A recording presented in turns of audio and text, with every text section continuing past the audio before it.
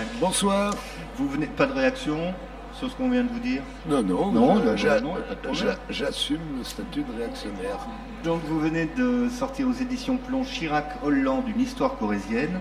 Vous n'avez pas pu suivre nos trois papes corréziens, mais vous connaissez un petit peu nos deux présidents corréziens. Oui, Chirac depuis 40 ans, Hollande depuis 30 ans seulement. 33 ans. Il faut rappeler que dans les années 70, vous travailliez pour le journal La Montagne. La Dépêche. La Dépêche. La Dépêche du Midi, oui. D'abord. Et vous avez suivi Chirac partout. Oh oui, partout. En Corrèze oui. En tout cas. Plus tard partout, quand il était à l'Élysée. Mais en Corrèze, oui. C'est des bonnes années, mais j'étais jeune, j'étais journaliste. Et puis il était tellement entraînant, il avait un tel charisme, un bonheur. Les week-ends Chirac, il arrivait comme une tornade blanche, là, il nous ébahissait tous. Et quand il repartait à Paris, l'hélicoptère, en avion, le dimanche soir, on a l'impression d'être orphelin, d'être livré à nous-mêmes. C'était formidable. Et plus tard, vous avez vu l'apparition dans le paysage corrézien d'un petit jeune qui s'appelle François Hollande et qui arrive en Chiraki. À Ussel, il n'a jamais mis les pieds à Ussel, Chirac non plus quand il est arrivé. Et puis il s'est accroché. Il n'avait pas tout à fait les avantages physiques de Chirac, pas tout à fait le même charisme. Enfin, il avait une bonne bouille, il était très intelligent, plein d'humour, gai, gentil camarade, et il l'a laissé à Ussel, où il s'est présenté successivement aux législatives et puis aux municipales. Le souvenir aux socialistes locaux, il n'y en avait pas beaucoup à l'époque, vraiment d'un bon compagnon.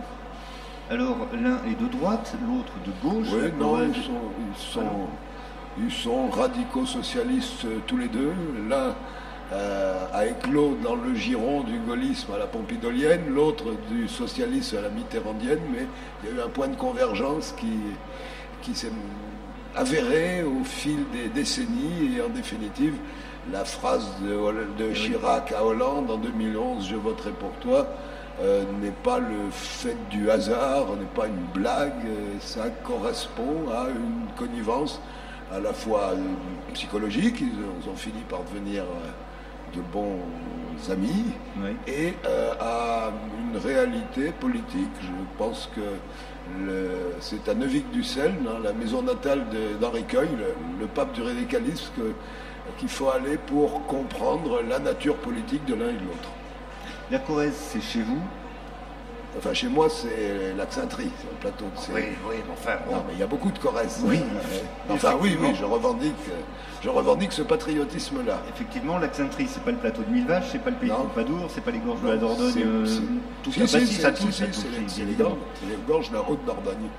Mais en quoi François Hollande et Jacques Chirac se rejoignent, si tant est qu'ils se rejoignent, sur ces terres-là? Dans une approche non idéologique, pragmatique, un peu clientéliste de leur pratique politique. Ils ont dépolitisé au maximum.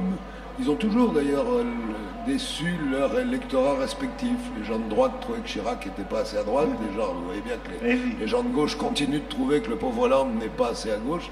Et en définitive, c'est pour ça qu'ils se rejoignent dans une approche dépolitisée. Ils ont dépolitisé leurs relations pour arriver à nourrir une empathie avec les gens, jour après jour, commune après commune, canton après canton, pour se tailler un fief, et ils y sont parvenus. Et au bout de 30 ans de cet enracinement qui les a marqués, qui les fréquenté pendant 30 ans les Corréziens, ça apprend l'humilité, ça apprend la patience, ça apprend une relation au temps long, ils ont réussi le sac de l'Élysée, avec des fortunes sur lesquelles on pourrait discuter, mais c'est pas... Enfin, tout de même, deux présidents issus d'un même département, c'est totalement inédit en France. Oui, en pensant aussi qu'à quelques kilomètres de chez moi, je vois de ma fenêtre, le matin, que la chaîne du Sancy, c'est Giscard, et la chaîne des Puits, c'est Pompidou. Et puis, il faut penser aussi qu'on a eu 3 papes corréziens, qu'on a dans les 60 dernières années une bonne douzaine de ministres, que Jacques Delors aurait pu être président de la République, qu'Henri Queuille a été 3 fois président du Conseil, 27 fois ministre, qu'il a loupé de peu d'ailleurs la présidence de la République, il l'a convoité lui aussi. En 1939, c'est Lebrun qui est passé. En 1953, c'est René Coty, il valait beaucoup mieux qu'eux. Donc il y a quelque chose d'un peu mystérieux dans ce rapport assez passionnel d'ailleurs à la politique des Corésiens. Bon, l'explication la plus simple, mais je ne veux pas l'invoquer, elle serait entachée de racisme, c'est que nous, les Corésiens, on est plutôt plus malins que les autres. Mais il doit y avoir quelque chose, non, qui vient du fait qu'il y a une relation particulière avec Paris. Hein. C'est une terre d'exil, surtout la Haute-Corrèze, c'est pauvre, le sol est ingrat, le climat est rude, on monte à Paris gagner sa vie, et puis on a besoin d'un puissant qui nous protège de la capitale. De sorte que quand Chirac est devenu maire de Paris, les Corésiens ne l'ont pas pris pour une désertion, au contraire, ils se sont dit c'est une aubaine, il va nous rendre des services, et il en a rendu pas mal, comme Cueil avant, comme Hollande a essayé de le faire après. Jacques Chirac en a peut-être rendu plus que François Hollande, ou ça se voit moins, je ne sais pas. D'abord, il a été plus aidé par les circonstances. Chirac s'est implanté dans la circonscription d'Ussel quand Pompidou était au pouvoir. Et il était le favori de Pompidou, donc il avait un outil, les ministères, que n'a jamais eu Hollande. Chirac est devenu maire de Paris, c'est une machine formidable pour rendre des services aux Corésiens. Et Hollande n'a pas eu cet outil-là. Il était, quand il était député de la Corrèze, même quand il est devenu patron politique de la Corrèze, il était le premier secrétaire du Parti Socialiste. Enfin, c'est pas avec ça qu'on casse des gens, qu'on leur trouve des emplois, qu'on peut leur procurer des médailles, ou qu'on peut alimenter les municipalités en subvention. Tandis que Chirac avait un système qui était... Ça marchait mieux, mais bon... il s'est rattrapé un petit peu aussi, Hollande. Alors, dans votre livre, Denis Tillinac, vous parlez également de la vie politique actuelle en Corrèze. Alors, qui, comme futur président de la République? Oh, c'est difficile à dire. D'abord, il y a l'irrédentisme briviste. Hein. L'univers politique des brivistes a toujours été très singulier. Les 40 dernières années ont été marquées par un conflit de personnes assez vif entre Jacques Chirac et Jean Charbonnel. Donc, il faut déjà mettre un peu Brive à part. C'est que Charbonnel envisageait même un département de la Vézère. Oui. Pour l'heure, en Corrèze, l'héritière légitime des deux circonscriptions, de celle de Chirac en Haute-Corrèze, celle de Hollande en Moyenne-Corrèze, c'est Sophie de Sus. Oui. La mère est conseillère générale d'Uzerge. J'aime beaucoup Sophie, qui est une fille formidable. Je ne la vois pas encore tout à fait sur les marches de l'Élysée.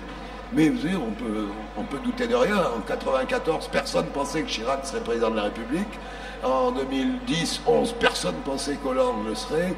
Donc, la vie politique nous réserve des surprises et n'enterrons pas trop vite des gens qui, à un moment donné, sont bas dans les sondages parce que les résurrections successives de Mitterrand et de Chirac promettent à Hollande au moins pas mal de sursis.